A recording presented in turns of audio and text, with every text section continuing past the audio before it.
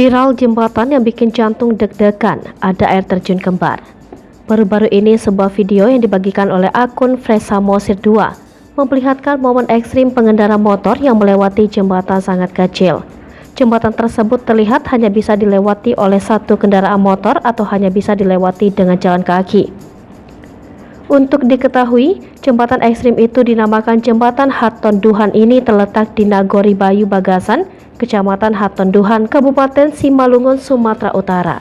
Jembatan ini menghubungkan antara Nagori Bayu Bagasan dengan Nagori Turunan dan menjadi satu-satunya akses masyarakat yang ingin menyeberang antar desa. Jembatan Hatonduhan itu awalnya adalah jalur rel kereta api Muntik yang digunakan untuk mengangkut hasil pertanian pada masa kolonial Belanda.